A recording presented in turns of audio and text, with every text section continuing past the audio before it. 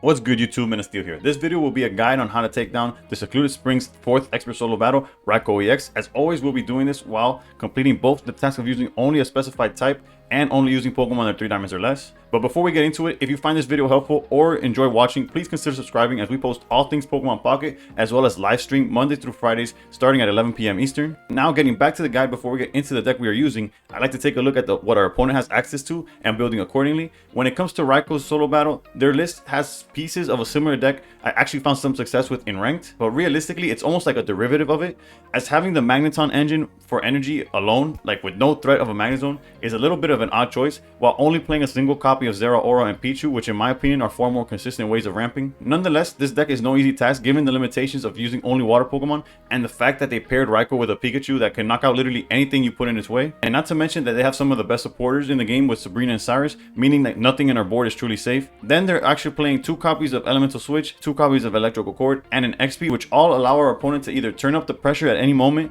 or applying pressure with some solid follow-up. And now, as we take all their options and strategies into consideration, I chose to take this challenge on with Wisdom of Sea and Sky's Gyarados. Since this card dropped last season, it quickly became one of my favorites to use in solo battles thanks to its unique playstyle and the combination of speed and power. Water strategies in the past were too reliant on cards like Manaphy or Misty to really get them going. As a Pokemon that only requires 2 energy to attack, we can easily keep up with the pressure and speed of our opponent. Pyukumuku and Corsola are the Pokemon of choice to bring alongside Gyarados because they both contribute in very different yet effective ways. Corsola not only survives an attack from Zeraora, which is usually their earliest attack that they could provide, like if they go first, they're able to swing with it. Any other option requires too many cards to come together, which they could definitely do, but consistently the best thing they have, or the most aggressive thing they have, is a Zeraora attack, which Corsola is able to survive. But not only that, more importantly, it provides some much needed consistency, as his attack Find a Friend is just like the Eevee, so it's able to find any Pokemon, whether it be Magikarp or Gyarados. While Pyukumuku is able to put the opponent's Pokemon in a range that's easier for Gyarados to reach, whether it's by chipping away for 20 or leaving its mark with 50 damage when it's taken down.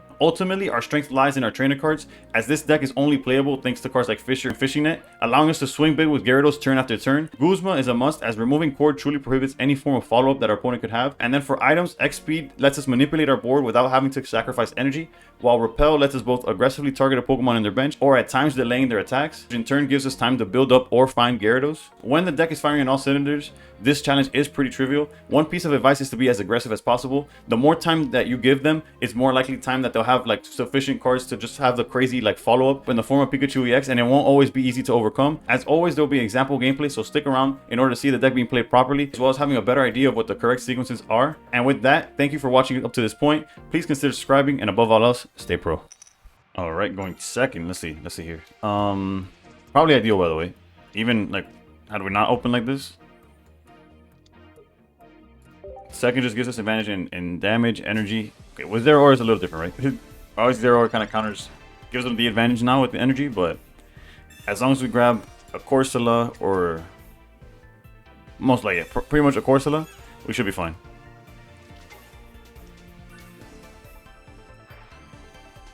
The Cord for them is really good, but we do have Guzma in hand, so.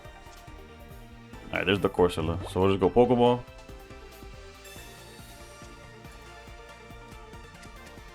Pyukumuku.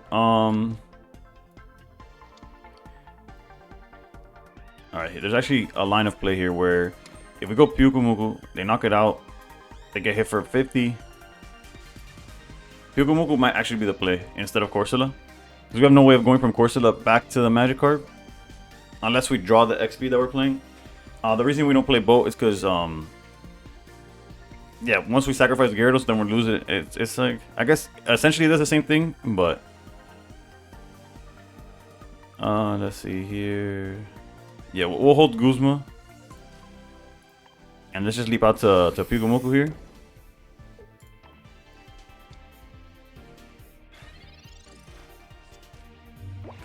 I guess Corsola in theory gives us more time to like prepare, but realistically, since we have Guzma, we're about to knock out this Zeraora, and without the so with Guzma, then all they have is this EX here that requires 3 energy, so we should be solid, right?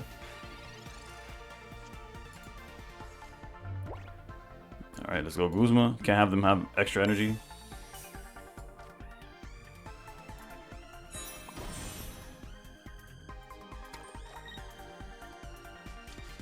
And we'll swing with paying just one here, Corsola.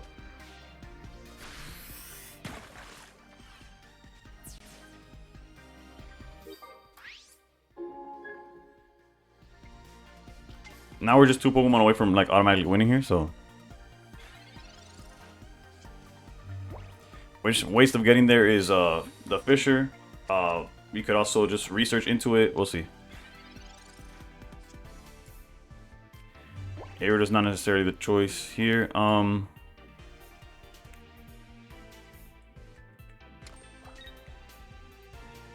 If I go a flat 20, yeah, the Fisher doesn't change the math. Yeah, let's go 20. No Pukul here, because an option we also have is if they charge next turn, we could just retreat into Pukumuku. Yeah, which might be, unless again we draw the Fisher here. Oh wait, that's just game, right? Because it's 40 per attack. Okay, good. We send both away, and we go for exact 100. Otherwise, I probably would have just retreated into the Pukumuku to give an additional damage, as well as just like buy us more time. But yeah, that's rather simple, right? Granted, they won't always open so easily, so that's why we always do multiple examples. And with that, let's just jump to the second example. Alright, for example number 2, we got to go second again. Let's see if we get the good start here. Oof. We could either try to search, or we could be aggressive with the Pukumuku here. If they lead Zero Aura, it kind of gets punished, but we do have XP to kind of pivot to whichever one we prefer. So I think we'll be aggressive, and then we'll decide from there. They don't have hand disruption or anything, so it's fine. Yeah, Raikou. Okay, no Zera.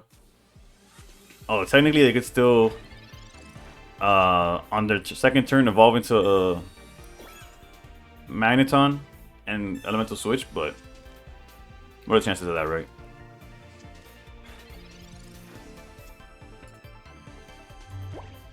Let's go Pokeball.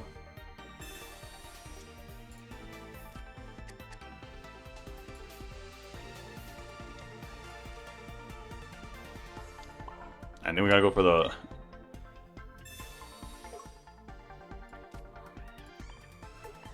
They won't be able to attack for a while, at least we're hoping they won't be, so... Let's try to thin the deck out and find our Magikarp and our Gyarados, right? There's the Magikarp. Issue is Raikou will be able to knock out Corsola the following turn. That's if they don't have, again, like I said, if they evolve Magnemite and have Elemental Switch, we're kind of cooked.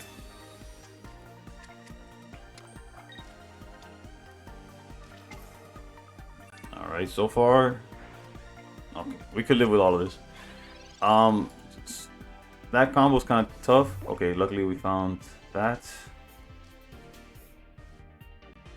Yeah, so kind of like no matter what, we're gonna lose Corsola, and we for sure gonna take some damage with the bullet. But we have the ways to play around it, right? And the reason I'm holding Guzma is because, is there a better reason to hold Guzma? Not really. We're holding Guzma because just in case they commit the second one to the board. And between Find a Friend and Pokemon Comms, we have a good chance of finding Gyarados. Let's see. That's another thing. Corsola, it doesn't just search basics, right? Alright, so everything's in line. You see, now Guzma gets full value.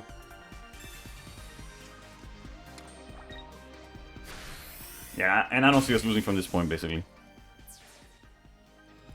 Yes, we're gonna need either Repel or Fisher to replenish after these swings here, but there's the Fisher. But we need that next turn. For now, we evolve here. Give it a second energy. Remember to Guzma. Then luckily we have Fishing Net. That's why we play both Fisher and Fishing Net. So give us that extra 40 damage that we need. Yeah, this Fisher's gonna have to clutch up next turn for sure, but give up all 3. And that's 2 points. So if they lead Pikachu, they're gonna stuck there. They don't have the energy to pass up. And if they go any of the other ones, then Fisher's a lot easier to win us the game. Yeah, Pikachu forces us to get either 3 heads on Fisher or 2 heads and a Pokemon off the top, something like that, you know? They do have X speed, right? Before like getting too happy about them drawing like that, but 3 heads and we just win. That's decent too, though.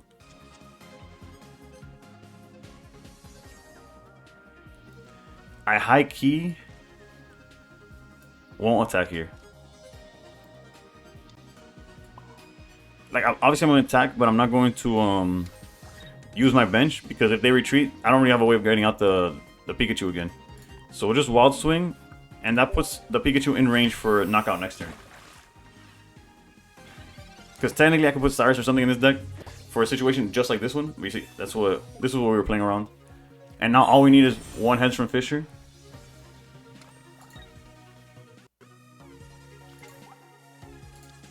Or just draw a Pokemon off the top, right? There's still a Pokemon in the deck. There's still another Magic card.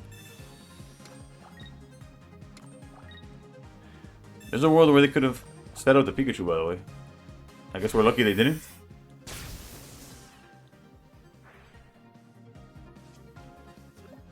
Yeah, all we need is another Pokemon, regardless of how we get it there. So we won't even have to like flex the Fisher or nothing. Let's go. Wild Swing, once again, entire bench. And just like that, although, you know, certain things have to go right, is GG's. I just realized they drew the entire deck was in their hand. But, yeah, honestly, it's one of the funner ones that I always have. Like, ever since this Gyarados came out, I didn't have, like, I wasn't brave enough to use it in Ranked. However, for these solo battles, it's my go-to now when it comes to water decks. Yes, you can still do the Blastoise that I used to do, but it is a bit slower, and Lightning decks only get faster and faster. So, yeah, try this deck out. Hopefully it works for you. If you have any questions or suggestions, comment them down below, and I'll answer them as soon as I see them. As always, thank you for watching. Please consider subscribing, and above all else, stay pro.